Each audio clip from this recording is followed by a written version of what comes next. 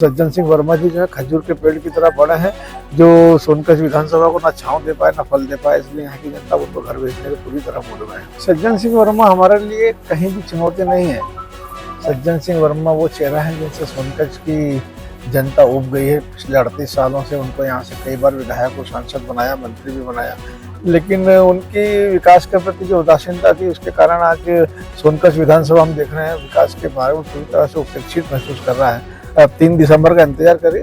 3 दिसंबर को आप देखेंगे कि सोनकच्छ में कमल खिलेगा और बहुत बड़े अंतर से ऐतिहासिक जीत भारतीय जनता पार्टी का। इस बार उनको घर पहुंचाने के मूड में है पूरी तरह। किस मुद्दे पर चुनाव लड़ना है? विकास हमारा बड़ा मुद्दा है। नमस्कार, मैं हूं शकील खान। इस वक्त हम मौजूद है देवास जिले की हाई प्रोफाइल सीट सोनकच्छ में, और हमारे साथ मौजूद है भारतीय जनता पार्टी की पहली ही सूची में सोनकच्छ से उम्मीदवार बनाए गए इंदौरी नेता राजेश सोनकर जी। आज हम उन्हीं से जानना चाहेंगे क्या कुछ कहना है उनका। भाई साहब बताएं, कांग्रेस ने शारदीय नवरात्र के पहले दिन अपनी सूची जारी की है और सज्जन सिंह वर्मा को फिर मैदान में उतारा है। कितनी बड़ी चुनौती? सज्जन सिंह वर्मा हमारे लिए कहीं भी चुनौती नहीं है। सज्जन सिंह वर्मा वो चेहरा है जिनसे सोनकच्छ की जनता उब गई है। पिछले 38 सालों से उनको यहाँ से कई बार विधायक और सांसद बनाया, मंत्री भी बनाया, लेकिन उनकी विकास के प्रति जो उदासीनता थी उसके कारण आज सोनकच्छ विधानसभा हम देख रहे हैं विकास के बारे में पूरी तरह से उपेक्षित महसूस कर रहा है। और इसलिए ये जो चुनाव है ये भारतीय जनता पार्टी का नहीं है, ये कांग्रेस और जनता का चुनाव हो गया। और सोनकच्छ विधानसभा के मतदाता और जनता जो है वो भारतीय जनता पार्टी का कार्यकर्ता बनकर चुनाव लड़ रही है, और निश्चित रूप से हम बहुत बड़े अंतर से चुनाव जीतने को इतिहास बनाएगी भारतीय जनता पार्टी सोनकच्छ विधानसभा। जैसा कि आपने कहा है कि जनता उब चुकी है, विकास में उपेक्षित रहा सोनकच्छ, लेकिन सज्जन सिंह वर्मा तो काफी आश्वस्त नजर आ रहे हैं अपनी जीत को लेकर। देखिए, मुंगेरी लाल भी सपने देखते हैं, तो सपने देखने का सभी को अधिकार होता है, उनको सपने देखने से वो रोक सकता है।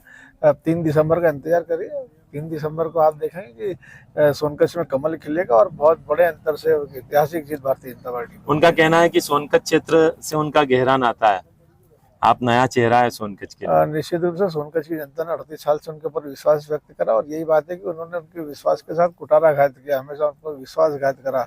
तो वो जो नाता है वो नाते पे कभी खरे उतर नहीं पाए, इसलिए जनता इस बार उनको घर पहुंचाने के मूड में है पूरी तरह। किस मुद्दे पर चुनाव लड़ना है?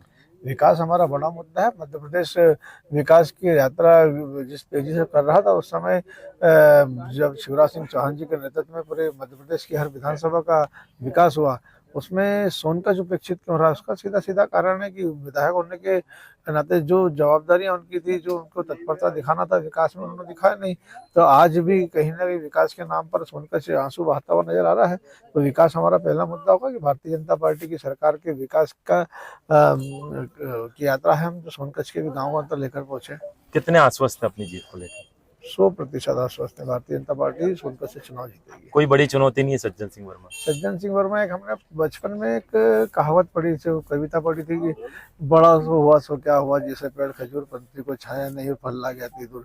तो सज्जन सिंह वर्मा जी जो है खजूर के पेड़ की तरह बड़े हैं, जो सोनकच्छ विधानसभा को ना छांव दे पाए ना फल दे पाए, इसलिए यहाँ की जनता उनको घर भेजने के पूरी तरह मूड में है। तो देखा और सुना आपने, ये थे भारतीय जनता पार्टी के सोनकच्छ से उम्मीदवार बनाए गए राजेश सोनकर, जो अपनी जीत को लेकर पूरी तरह से आश्वस्त है। साथ ही उनका कहना है कि सोनकच्छ क्षेत्र की जनता सज्जन सिंह वर्मा से पूरी तरह से उब चुकी है, और भारतीय जनता पार्टी अपनी सरकार के विकास के कामों को लेकर जनता के बीच जाएगी और यहाँ से चुनाव भी जीतेगी। तमाम बड़ी खबरें देखने के लिए रहिए एमपी तक के साथ। जय भाजपा।